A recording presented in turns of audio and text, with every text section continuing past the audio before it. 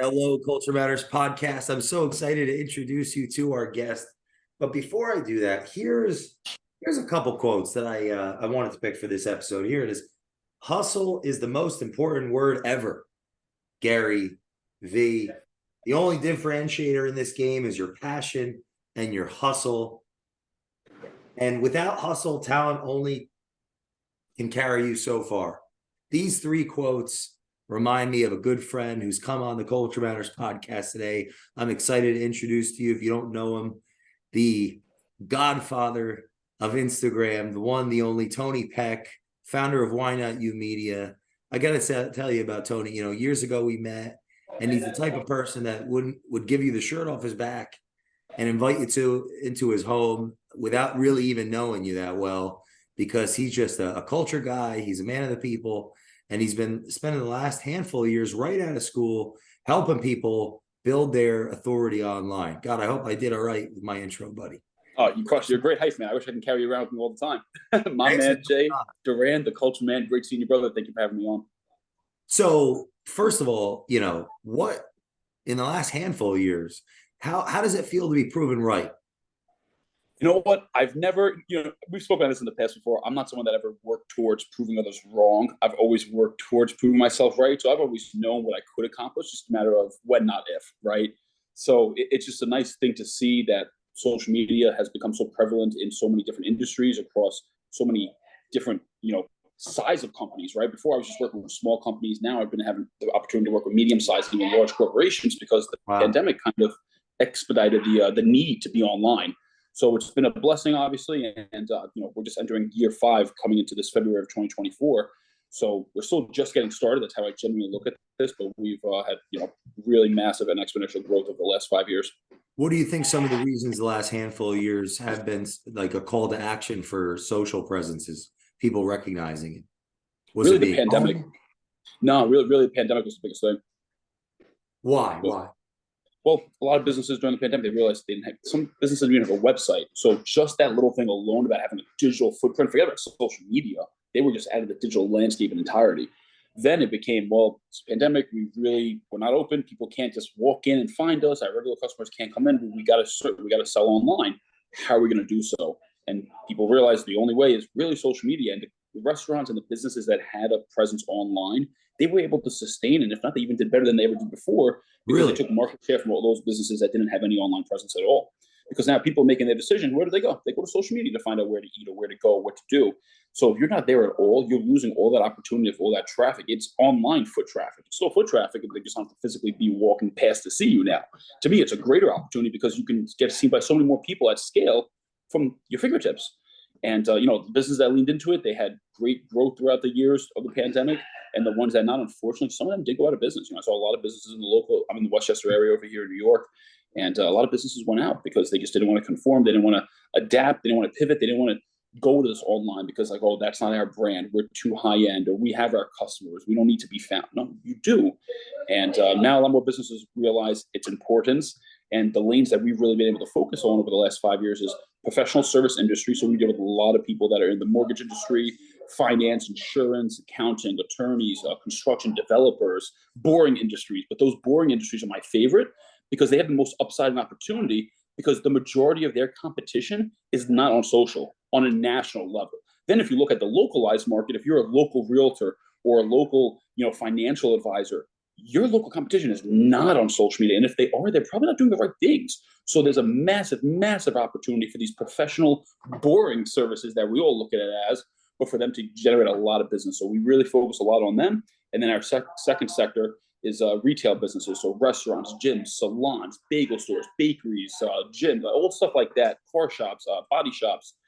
And those businesses have had a lot of growth too, because a lot of the times they're stuck in their old ways. They're like, oh, we're the shop or the store in this area, so people should know about it. Well, that's not the reality anymore, because people are looking online to find the places to go.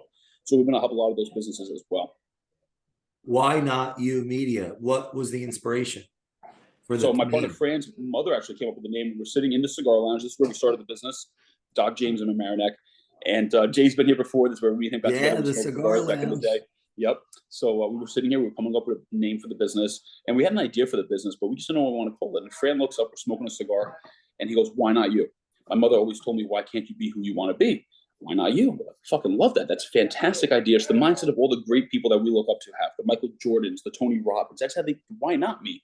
Nothing's stopping you. So our mission in this business as a digital marketing agency is, why can't you be the next big thing? Why can't you be the best pizzeria in town? Why can't you be the biggest mortgage broker in New York or the East Coast or national? You can't. Why not you?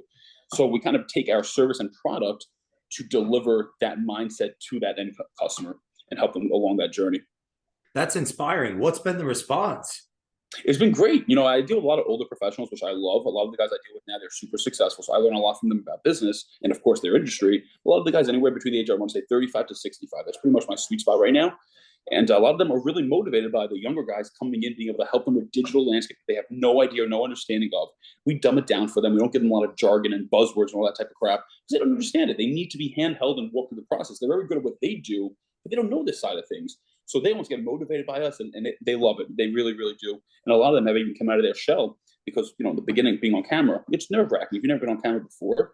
But a lot of them have grown month over month of they're getting more comfortable and they're starting to do more things. Some of them are even going to speak at different events now and coming out of their comfort zone. So they're able to deliver more value and impact more people on that journey because we put in their minds, why not? Why can't they do that if they wanted to? They have the opportunity. It's at your fingertips. Everyone can, all from their phone and social media. What do you think stops people? Fear. I really do think it's fear. I think the biggest fear that I've seen people have is the fear of judgment from others.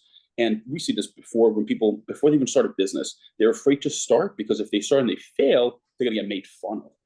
Who the fuck cares? You should be making fun of people that aren't trying, not the people that are trying. And if people make fun of you for trying and failing, then those people are losers. You got to just dismiss them. It doesn't matter. The greatest successes in the world, they failed the most times. The Starbucks, he got turned down and rejected 400 times before he got a loan. J.K. Rowling, right? Like the biggest success stories were the biggest failures. So you can't be afraid to have failures along the way. You have to embrace them and you have to learn from them, because if you learn from them, then you'll be able to grow past them and eventually you will find your sweet spot and the thing that works most for you. And along the way, people will support that journey of the come up. So social media gives us a great opportunity. Even if you put stuff out there and the business fails, but people like you, they're going to support you on the next venture, right? You're building a brand. The brand is the individual. It's who we are. So Tony Peck, yes, I'm the godfather of Instagram. I own Why Not You Media. But if I start a sock company, people are buying into that because Tony Peck started the sock company. See what I'm saying? So that people got to get over that fear of that. And really, it's the fear of fake judgment. Because most of the time, when people think they're going to get made fun of by people that they know, they really don't get made fun of that often by people that they know. It's just a misconception of, if I put myself out there, my friends and family are going to make fun of me. But when they do it, they actually start to see no one really cared. No one's saying anything bad. So it's all in people's heads. And again, if people are making fun of you, you got to dismiss it. But the biggest thing I've learned on my journey is I've had so many people now along the way as I've grown and this business has expanded that have congratulated me and, pretty much hyped me up. The biggest thing I can tell people is you have to stay baseline. You can't be excited about the hype, because if you are, then when people are negative, it's going to bring you down. So I stay very baseline. The good, the bad, none of those two really bother me or affect me. I stay right in the middle. So that's the biggest thing I can give to people. Is you got to stay baseline no matter what the feedback is, whether good or bad. It's baseline. You can't get upset by the bad and you can't get overhyped by the good. Just keep on going, doing your thing, and double down. Why not get overhyped by the good? Why not? Because when you overhype, then you kind of put yourself up there, and then when you get some bad negative connotations toward you, it kind of pulls you down so much further away. So if I just stay in that baseline middle, the good doesn't put, because I already know what I'm worth, right? I know my potential. So if I'm just being rah-rah by other people and their words are what's hyping me up for my future potential, then I'm standing there. Now, when other people then try to say bad things, now I'm brought back down because I'm just caring about their opinions. So if I don't care about the opinions, whether they're good or bad, it's going to help me just keep pushing along baseline and just focusing on the end objective. A lot of people get deterred because they put themselves on the excitement train of people hyping them up. And then when some bad stuff happens, they get so knocked down, they get so further back along because like, oh my God, this matters too. So if you don't care about the good or the bad, you'll be able to just keep plowing along regardless, and all the stuff will come that you want. And in the beginning too, you know what? No one believes in you. It's your fucking dream. So you can't expect anyone else, whether it's your family or your friends, to believe in your dream more than you. It's your dream. That is who the person is meant to accomplish. Is that person. It's yours. So I try to tell as many people as I can, you can't care or need the opinion. You can't care or need the support from other people, because at the end of the day, they're never going to believe in as much as you. You have to believe in first. And then when you start to make something out of it, then you're going to start getting belief in other people. By then, you're not going to need it because you already did it without them. So you're like, fuck, I don't need other people to believe in me or not. I know I can do it regardless. I've started to see some success without it.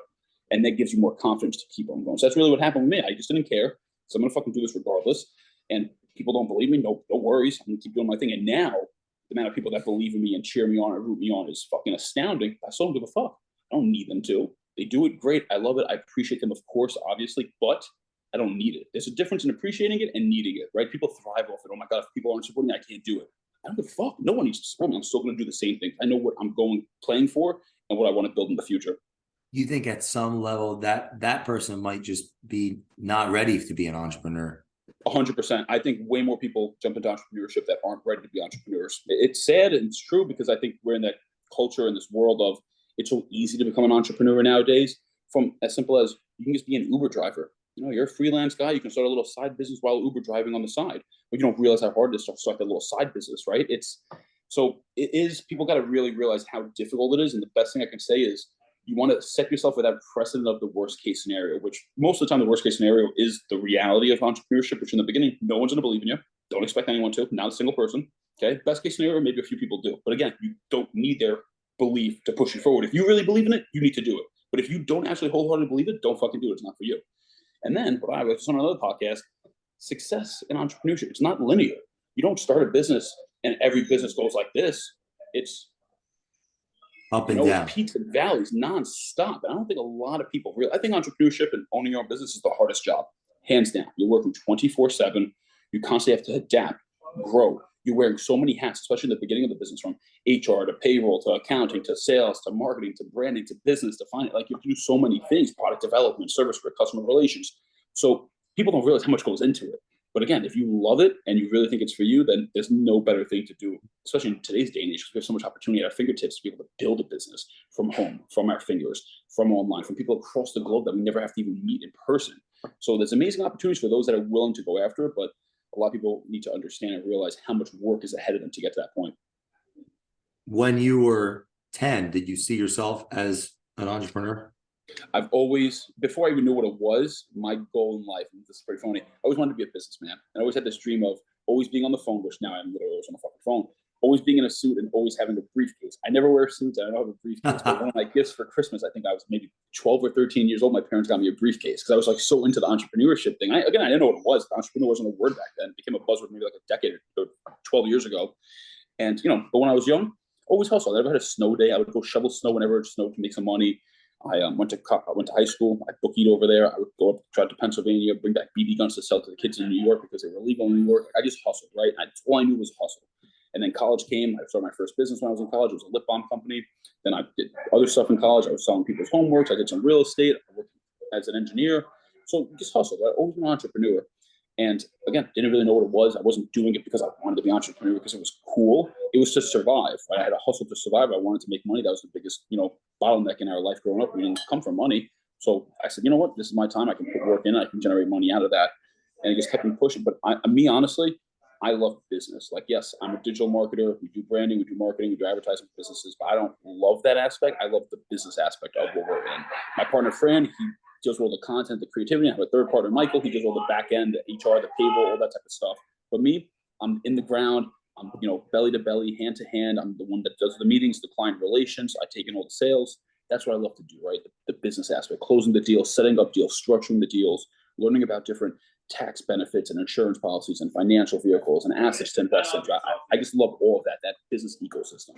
And I didn't really know about it until, again, you had to fail so many times to get to that point. I've done more things than most people do in a lifetime to get to where I am today. And a lot of people don't see that because you have to fail so many times to find exactly what it is you want to do and what you're good at, and then just double down on that. A lot of people don't realize that if you find something that you like and that you're good at, focus on that. Everything else, outsource, pay for it, get a partner. Don't fucking do it. Don't waste your time and energy if you don't like it or if you're not good at it. Because it's going to take away so much time from you actually really getting exponentially better at what you are good at and what you do like to do. How do you, so someone would be thinking, well, I don't have anyone to outsource. Mm-hmm. How have you attracted or found or created these positions and partnerships? So I think you got to first be self-aware. I think self-awareness is a massive thing in entrepreneurship. We have to be aware of what are you good at and what do you like to do. That you start there. Then you look at What am I not good at? And what do I not like to do? Me, I hate monotony, right? I hate the same thing every day. I hate sitting behind a computer all day. I don't like to do those two things. So I already knew that. I like to be different every day, different meetings, different calls, different people, different places. I will travel all day long, all around the tri-state driving meetings. I love that. Some people don't like that. I know what I like. So you figure out what you like, what you don't like. Then from there, you got to figure out, well, if you have money, you can hire to outsource the things that you're not good at that you might need to do in the beginning. Or if you don't have money, you find strategic partners. Do not partner with someone that is good at the things you're good at, the things that you like to do, because it's not a good partnership. You need to find someone that does and likes the things that you don't want to do and is also good at those things too. And then you guys become a good yin and yang. And that's like me and my two partners. And I think the best businesses in the world, we can even look at this historically, from the top companies to the top sport teams, right? There's a big three. Three is like that magic number of success for partners or just team and leadership, where if you break it down, the big three is broken down by three different things. One person that focuses on people, that's me. One person that focuses on the product, that's my partner Fran. And one person that focuses on the process, right? Systems in place, that's my partner Michael, the organization behind the business. So if you have someone, you break those three things down, a lot of times if you're a solopreneur, it's just you focusing on all three: the people, the product, and the process, right? But if you were to find partners, don't find two other partners that are all about the people like you, right? And who the fuck's going to focus on the product and the process? You need those things in place. So that'd probably be the biggest thing I can say. And I didn't know this when we started the business. It just started uncovering and unraveling as we grew. And we were very fortunate that we ended up finding the right type of partnership for what we needed. But this is me, hindsight is always 2020. So if I can pass it along to anyone listening as an entrepreneur getting started or maybe in business right now, and they don't know what to do, that's what I would look at going forward. When did you start your business? We became an LLC November 2018, and I went full-time for the business February of 2019. And we haven't looked back since. So this February coming up makes 5 years full-time. And, at the peak of the business, we had 18 employees during the pandemic. We were doing, listen, our business has adapted so often because we don't own the platforms, right? We're at the mercy of the social media platform. So as they change, we must change with them, with what works, what doesn't work. That comes down to the style of content, to the ad budget, and the supply and demand with how much it costs to acquire a lead, to even the engagement, the outbound. So we were doing management for a lot of business. We stopped doing management about 2 years ago. Now we do a lot of consulting. So now we're more of a lean operation. We have a team of 13 total. And we do three main things. We know our lane. We do a lot of consulting on social media, business, branding, marketing, helping people structure the right events, how to get people to the events, anything marketing-wise, pretty much. Email lists, funnel building, whatever it is. Then a lot of advertising on Facebook, Instagram, Google. And we create content. So we do a lot of video content for people. So we sit down with them. We come up with the topics. Then my partner, Fran, he's on every content shoot, which is a little bit of a different value add in the local area. Because, again, I'm dealing with the 35 to 65-year-old professional businesses. They need help on camera. So my partner Frank's on set coaching and directing them with our videographer. Hey, start the sentence this way. Change your body language to this, your tonality. So we found what we were good at, and now we just doubled down on that for the last 2 years. So it's taken us, the first 3 years just to become a business. But now the last two, we really refined what we're really good at and what we can really help people with. And everything else we stay away from. We would turn down, like we don't do logos. We used to do design work. We got rid of that employee. We used to do copywriting. We got rid of that employee. You don't need to do everything. We always thought as a digital media, you have to be a full suite marketing. So you don't need to do that. You need to know your lane and double down. And that goes for any industry, no matter what business you're in. Know what you're good at. Double down on that. I know accountants that we work with, they only focus on one type of law. And if they want to do more law, they'll partner with someone else that is good at that type of law. But they're not going to start learning that other type of law because they're really good at that one type. So they're going to keep doubling down on that. It's going to help make you and position you as that guy for that one thing. Like you're the culture guy. Right? I'm the godfather of Instagram. I'm the guy when people think of social media in the area. And that's what you want to become. You want to become the guy for what it is you do. And a lot of times, it doesn't have to be because you're the best. Most of the cases, it's because you outlasted the rest of the competition. And you've seen this too, Jay. When me and you first got connected, it's 5, 6, everybody was in digital marketing and social media. I was going to ask you, where is it, how does it feel to be alive? It's like The Walking Dead out here. That's what it feels like. I would go all over the country. I'd spoke at all these different events, and I'd be on a lot of panels with people. Everybody on my panel, social media, digital marketing. And then as months went by and a few years went by, who's in Amazon? Who's doing drop shipping? Who's doing merchandise? Who's doing Airbnb? And a lot of these guys would cycle through different industries every 6 months. So yeah, you're known as the guy that tries everything, but you're known for nothing. You think I should give up the culture? Absolutely not. After 5 years, man, like to be in one lane for so long, you will attract people just by you become a magnet. You become the guy. Become the guy. When anyone in my area thinks of social media, whether they know what I specifically offer or not, they just know to call me to ask me about it. And that's what you want, just to be the guy. What type of, if you were to, so right now people are not everyone, I don't want to put anyone in a bucket, but let's say money's more expensive. Mm-hmm. What's the morale like on the streets, and how are you infusing some of this spirit? I think we're in the greatest era to be able to generate business, more sales, start a business with the least amount of dollar. My grandfather got our buddy's book here. So I know you forget about it. I love Ray. I know you like Ray Dalio. Love Ray. I have not read that one yet. I'm working on his you were talking about your grandfather. Sorry. Yes, my grandfather, he immigrated here from Italy when he was 29 years old. He had the opportunity to open up a restaurant. He shut down the restaurant before I was born, and he opened up a pizzeria called Tony's Pizza. I wasn't born yet. He just happened to buy a Tony's Pizza. His name's not even Tony. His name's Gaetano. That's funny. It's really funny. Then my mother ended up marrying Gaetoni, and we had it. And then I became. Didn't he just have a 90th birthday? He did just have a 90th birthday. Yep, you saw it. That's pretty good. Casino, and I turned into like his little influencer now. Me and my sister, we have a little page called Cooking with Nanina, and she posts recipes with my grandmother. They cook in the kitchen. Restaurants have us come out. They make us review their food now with them because both my grandparents are 90 years old. God bless them. They're still alive and kicking. And it's been really good, family building and bonding time because now we also are making memory and we have it recorded. So me and my sister can always look back at it in the future to show our kids. But the thing with my grandfather's an entrepreneur through and through. And what I didn't realize being young was what he had to do to generate business. So if you look back on the last, let's say 2 decades, the only way to bring in business was to run TV or radio ads, which were super expensive, or run print ads, also very costly, or stand on the fucking corner with a sign and hand out pamphlets. Yes. Not very effective to scale a business that way. It really was word of mouth, boots on the ground, door knocking. Now, for $0, everybody has an iPhone. You download free apps and fucking learn what to do with them to generate business. I started my business from my iPhone. I would DM 400 people a day. That's how I got sales. That was it. I just was outbound every day, 18 hours a day, sending out DMs. And then one person would take a call with me, one person let me come in for a meeting, and then you learn, right? It's repetition from there. Because you'd have to do those calls and those meetings multiple times until you close a deal. I was aware of that. Most people don't realize that.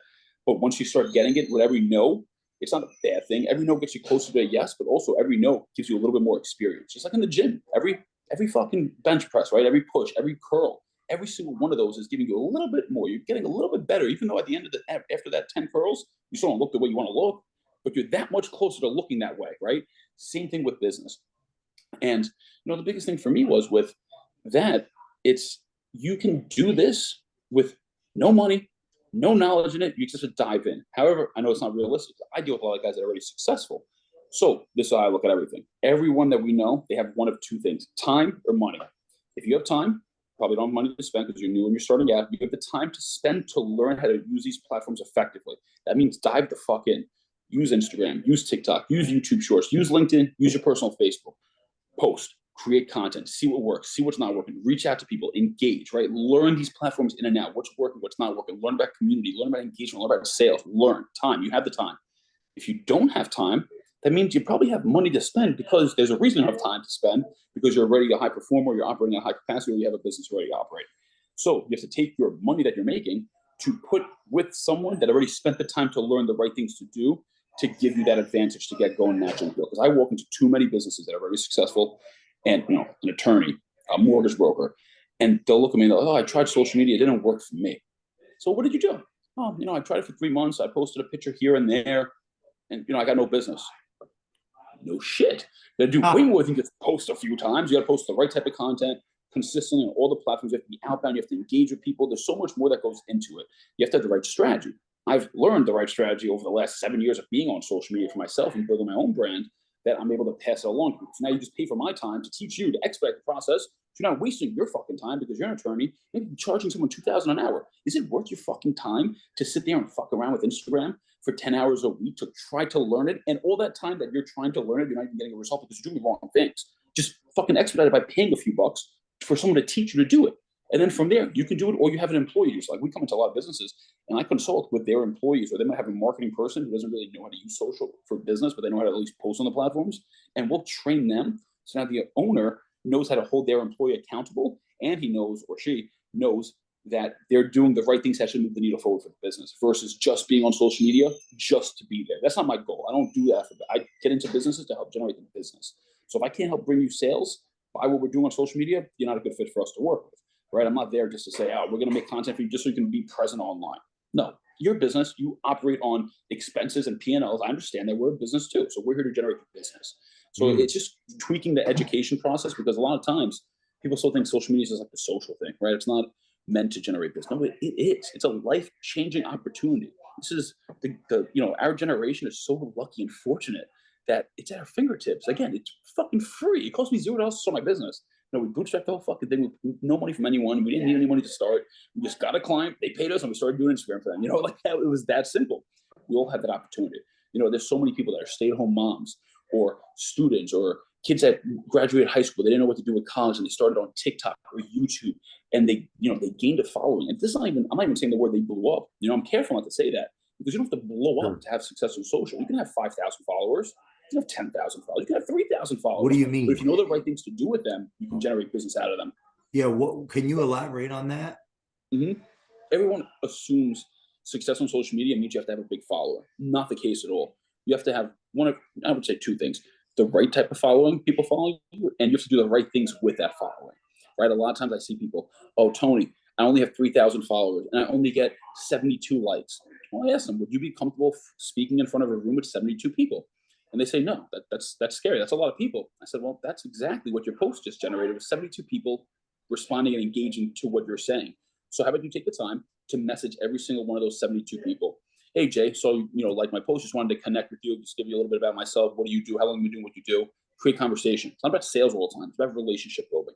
And a lot of the stuff that I say, it's not as popular because it takes time to do it. And everybody wants quick fix things, right? But what I do is I play for the long term. And if you're going to be in business, you should want to be in business for 2-3 decades is my assumption, right? So why don't we just put that in our minds? That is the length of time that we're going to be in business. So let's play for us being in business for that long. So we're starting on day one, don't need to expect a result or return year 3, right? It might come back to you year 9 or year 13. I get people that have been following me for the last 5 years that reach out to me now. Tony, I've been following you for 5 years. I'm ready to work with you now. It's fucking amazing. But that was, what I'm saying? Like me in the beginning, if I was just like, oh, I need to get business from everyone I talk to off the rip, if I went into that mindset, I would have no business today. Do you think we would have ever met without it? No, we definitely wouldn't have met without social media. I don't think so. No way. that was definitely our gateway drug to each other. Think about it. Mm-hmm. I wouldn't have known about your grandpa. Mm-hmm. Mm-hmm. It's so powerful. And the thing we met at Vic's been on the podcast twice. I'm gonna have him back. I hope soon. But like we saw each other at a party of a mutual friend. His book launch. Yep. Hypnus. Yep. Who does amazing things, and we ran into each other. Yep. I was on his podcast. My guess is you met him because of Facebook. I met him because of Instagram. I slid in his DM the very beginning days. I saw that he was like a top entrepreneur. He was great business, and he had like 15,000 followers. And at the time, all we were doing was growing following on Instagram. And I reached out. I said, hey, I think you have an amazing brand. You're an amazing business guy. I think there's an opportunity for you. You should be bigger on social than you actually are. And I would love to help you grow. I never closed him. We never worked together in the capacity of me growing this following. However, I'm not very short-sighted on losing money up front or like caring that if I don't get a sale with someone that I just toss them to the side. Me and Vic stayed in touch, and we actually built a real relation. He started hitting me up, Tony, what type of cigars can I get for my clients? Or I got a friend that really likes, big time cigars. Like, what can I get him as a gift? And then I would ask him stuff. Oh, when you published the book, like, well, who did you use? Like, we're going back and forth. Then he ended up reaching out to me to be on his podcast. So I flew out to Tampa to get on his podcast, and we got to sit down and connect a little bit, which was nice. And that's the power of it. Everyone's so short-sighted on if I can't do business with someone, I just write them off. That's not me. If you're a good person, you're a person of value in any way, shape, or form, and I know I can add value to you at some point too, even if it's free, no transaction at all, you will stay in my Rolodex, and we will stay in touch years to come. And that's the power of relationships, because relationships compound over time. Because as you have relationships with other people, they're also doing their own thing, and they're growing. And you never know who they're going to meet or who they're going to know. That maybe one day Vic's like, oh, fuck, my buddy needs a social media guy. Let me reach out to Tony for him, right? Like, that's fine. Maybe that'll never happen, but maybe it will happen. Right. And that's how people have to look at things. It's not so transactional. Oh, they're not working with me, so I'm just going to never talk to them again. Okay. Why? If they're a person of value and you get along with them, you can also add value to their life in some way, shape, or form. Stay in touch. Keep in touch and just keep building real relations and connect people to other people. I'm big on connecting people. People need connections for anything. I always say, let me know. I always got a guy. I'm more than happy to make the connection, the introduction, because that's what it's about. I don't need anything out of it. I just want to be known as the guy that connected you to the person. Like, oh, Tony's a good dude. Tony connected me to 3 guys when I needed someone. Right? That's what it's about. Just being a good person. And that shit compounds over time. It just takes time. That's the hardest thing people understand. Like I said, I'm entering year 5. I just hosted my 2nd charity golf outing. Okay. This year, it was the largest charity golf outing in the entire tri-state. That's New York, New Jersey, and Connecticut. Okay. I had 800 people at the cocktail hour and the dinner. Insane. Wow. No other event gets that. Most of the biggest ones, have like 350, maybe 400 people. We literally doubled it. It's only my second year. And it's a combination of a few things. One, social media, brand, and three, relationships. All those, I don't do business with all 800 people. It's not realistic for me, but I stay in touch. I support. I go to the local businesses, even if they don't work with me. If they're good people, I still go and support them. I don't give a fuck. It's not about I'm only supporting them if they're paying me. It doesn't have to be like that. If they're good people, they have good product, they have good service, they have a good story behind them. Their values are good. You want to still support them. And you never know what comes about it over time. And then again, my goal when we started the business was to do a golf outing, but it became a thing. And now everything that I am doing just ties all together so well and so seamlessly. It's been awesome to see. It really has. If you were to give a master class to the audience of some of the ways that you think you should conduct yourself in business to be successful, what would some of those tenets be? I would say the first tenet would have to be give, give, give, give, give, give, give. That's it. Okay, just give, overgive, keep giving. Don't worry about if you're not getting anything out of the giving. It will come back to you some way, shape, or form eventually at some time. Maybe it might not even that person, but by someone else. It all comes back to you. I strongly believe in that. I've lived it. I see it happen. I just always give. A lot of you guys, I look at this. You got three types of people in the world. You probably seen this too, Jack. You got people that are takers. Okay, they just take, right? They only take from you. They don't give you anything. Then you have reciprocators, people that are tit for tat. They only give when you give something to them. Okay, they're going to be a little more successful than the takers, but not as successful as the givers. The givers go in, they just give with no expectation of anything ever, and then shit just comes back to them long term. That the takers and the reciprocators can never get to that level, and you're just building goodwill over time with people. I think that's really the number one thing for me. Was just I'm just a person of value, even if I get nothing from that person. And it sounds fucking crazy. It doesn't sound like a good business move, but it is probably the best business move you can do. It's just hard, especially in the beginning when you need to make money, right? It's tough to be able to, take that out of the equation, just focus on actually delivering value to people. What I do in a lot of my first meetings with people, even if they don't sign on me, what do you do? Who are you looking to connect with? And I'll make like 3 connections on the spot to them, that people they can work with or someone that they need to, even if this is my first meeting, they're not even my close. I don't give a fuck, because I'm also adding value to the person I'm connecting them to. So it's a win-win for them, and it's a win for you at some point in the future. And that shit carries over long term. And again, like I said, it really does compound. It's just tough for people to grasp, because again, I play for the long term, and that's a very difficult thing for a lot of people to do. If there's any other advice? So listen, I'm big, like I said, the give is probably the biggest thing. Staying in touch, that's another big one. A lot of people aren't good at staying in touch with people, especially when the other person doesn't make an active effort to stay in touch with them necessarily as the first person to reach out. A lot of people have too much pride. So like, oh, well, I'm constantly the one that's reaching out to get together or get a cigar or get a drink or get dinner. Well, that's okay, right? You can do that a bunch of times. Like times you go out somewhere and you see someone, oh, we got to get together and catch up. And you guys leave it with that, and then no one ever reaches out to get together. Don't even say it then. Me, I'll say, let's get something on the calendar right now. Or I'll say, okay, no problem. I'll add a reminder. I'll reach out to them 2 days later, and then we'll actually reach out to find each other's availability to book a time to actually get together, right? You do what you're saying you're supposed to do. And that's the biggest thing. A lot of people don't know how to stay in touch with people. Like my Rolodex is just constantly growing year over year. And what I do, and this is going to be a little crazy for a lot of people, but this has worked very well for me. I started doing this back in 2016 after I graduated college. I was on the way to my grandfather's house up in Fishkill, so it was like an hour ride. It was on Thanksgiving. I said, you know what, let me go through my phone, and I want to reach out to all the people that I went to school with, people that I worked with through college, just to say happy Thanksgiving to them. Because, when you're in college, a lot of people don't live in the area, so they move away, and you don't really get to see them again. So I reached out to them. It was great. So I did it again for Christmas. That first year, I probably reached out to maybe 50 people, on Christmas and Thanksgiving. Then the next year, I did it again. And I reached out to more people, maybe 100 people. My Rolodex has grown. I was like, okay, I've spoken to these people throughout the year. They're close to me. I want to stay in touch with them. I reached out Thanksgiving and Christmas. Now, this last holiday season, this 2022, I reached out to 1,800 people on Thanksgiving and Christmas. That's how many people I individually texted. And it means so much from these people. Because again, you're staying in touch with them. There's no solicitation. It's just me saying, I hope, great time seeing you, whatever. Like you say something personal, you bring up something that's you guys have done in the year.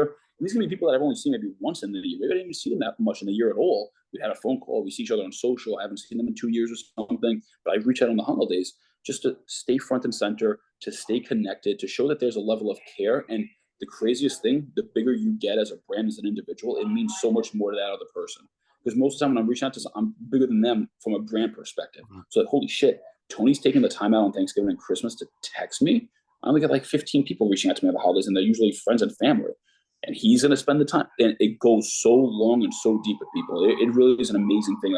If I can stress to anyone, to do that. And it's not an automated text message. I don't have a fucking CRM. I literally go through my contact list A through Z, and I'll see who I talk to, who should I reach out to, and I will personally text them something. And it's worked wonders. It really, really has. Because again, you're going deeper, not always wider, but by going deeper, you end up getting wider naturally. And a lot of people don't understand that. And there's another point then with the 10 minutes to add, right?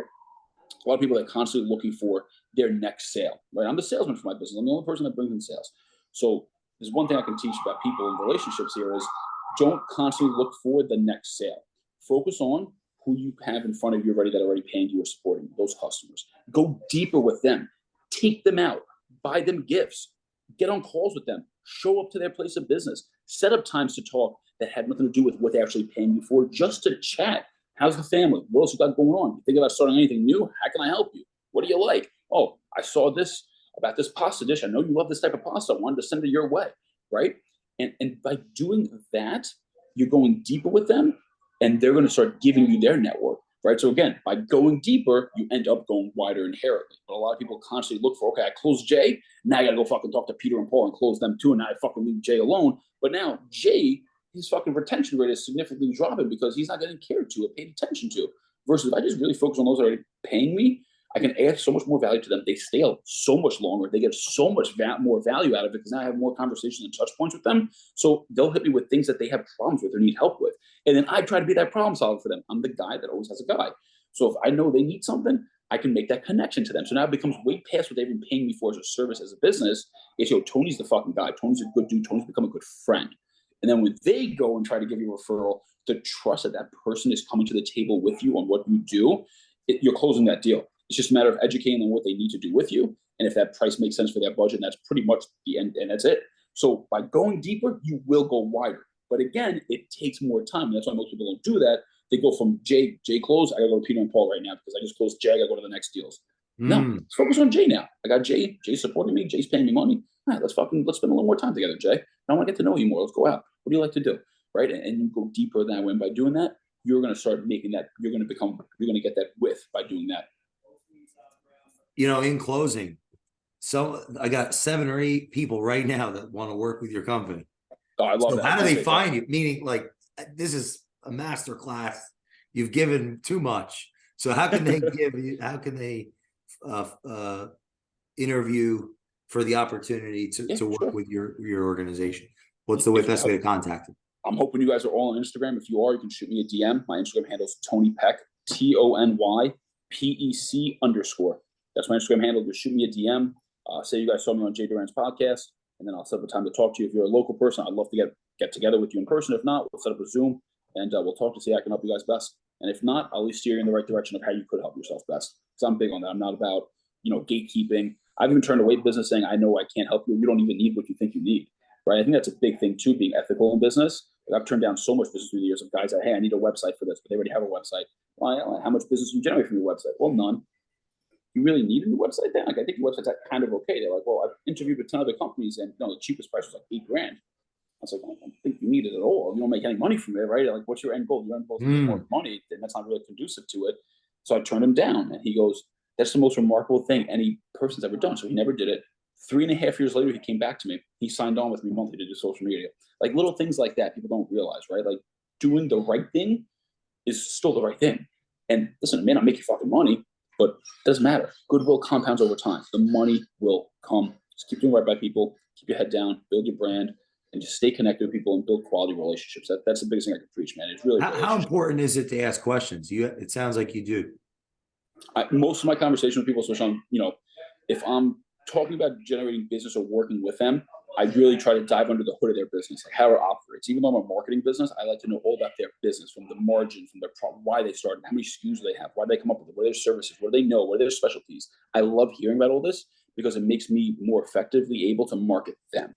Now, separately of that, if I'm just going out to connect and network with people, a lot of the times, if I'm talking with them, I'm sitting with them, they're doing most of the talking, and they leave that situation or that conversation with me saying, wow, Tony's such a great guy. I didn't have to say that many words. People just want to be heard. So give people the opportunity to be heard and genuinely and actively listen to them. I think that's a big thing, Jay, too. I know you say this too. Most people don't know how to listen. They sit there, but they're not really listening, right? I get all day long, I get anywhere from 50 to 500 DMs a day. I get over 1,000 text messages, thousands of emails, 3 dozen calls. And I do about 6 to 10 meetings a day, right? And when I'm in a meeting with someone, I'm not on my phone. I give them the time. Now, does it fucking hurt me catching up? Absolutely. But the depth that I get with that individual for that hour, or that 2 hours, that is compounded into me spending months of time with them because I gave them so much attentiveness. And I make notes on people that I sit with, and I know what do we talk about that they like, right? Maybe they brought up the anniversary, they really like this type of cigar, they like this wine. I make notes, and come during the holiday season, if you start working with me, then I'm able to, pass those things through instead of asking people, what do you like, Jay? No, me and you are going to keep talking, and I'm just going to find out what you like. I'll make a note on it, and then when the time comes to get you, you're like, oh shit, Tony really listened to me. Like, that means more than the actual gift itself. A lot of people don't realize that. If you actually took the time to listen to that person, it goes so long because most people don't do it anymore. Everyone has short attention spans. We all have the iPhone. Everything's fucking constantly pinging. So most people don't know how to actively listen, especially our generation. So that can make you at a massive competitive edge if you're just able to sit there, ask questions, and actively and genuinely listen to people and care, man. Like, I get so into conversation with people that I really do love, and I love people. I know not everyone's into people like I am, but if you're not, just let the person talk, right? Just sit there and genuinely and actively listen. Ask questions. Oh, what about this? What about this? There's no such thing as a dumb question. And, even if you don't know something, when someone says, oh, don't say yes just to say yes. Say, no, I actually don't know this. Can you explain it to me? People are more than happy to explain shit, but a lot of people just have too much pride to say they don't know something, and they just pass it along. So that's the biggest thing. In closing, what do we need to take? What does the listener need to do right now? Something right now that they can get closer to building the personal brand? Use Instagram. Okay, listen, right now, I mentioned the big 5 platforms. You got Instagram, LinkedIn, TikTok, YouTube, Facebook. Might be overwhelming for a lot of you guys. However, on Instagram, if you get started on Instagram, it's social media. It's meant to be social, right? That's the first aspect. You have to be engaging with people. And there's media. You got to create content. So if you get on social media, you get on Instagram, that'll be the first platform. That most industries, you're going to be able to generate business from that platform. If you're more professional service, maybe LinkedIn could be a play, but I still love, I think Instagram's king right now to generate business. You go there, you start creating content. Create content about things you know and like. Okay, those are the first 2 things. Everyone wants to fucking create content about things that they think others will like. But if you don't fucking really know it that well and you really don't like it, it's not going to be good content. And right now, quality content is what wins. So make sure you're talking about things you know, things you like, right? And it can be about business or not about business, right? You're building a personal brand.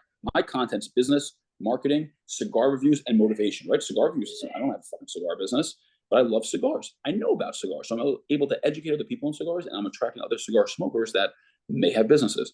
And that's the way you want to look at it. So you want to create content about things you know and like. And then secondarily, which I think is the most important thing with social that no one really does, you have to be engaging. Like, you have to be the one to be outbound and engaging with others. I hear it so many times. Oh, Tony, I post 2-3 times a week, but I'm not gaining new followers. I'm not getting new connections. Well, what are you doing on the outbound? Oh, no, I'm just posting. Well, that's the issue. If you want more engagement, you need to go engage more first.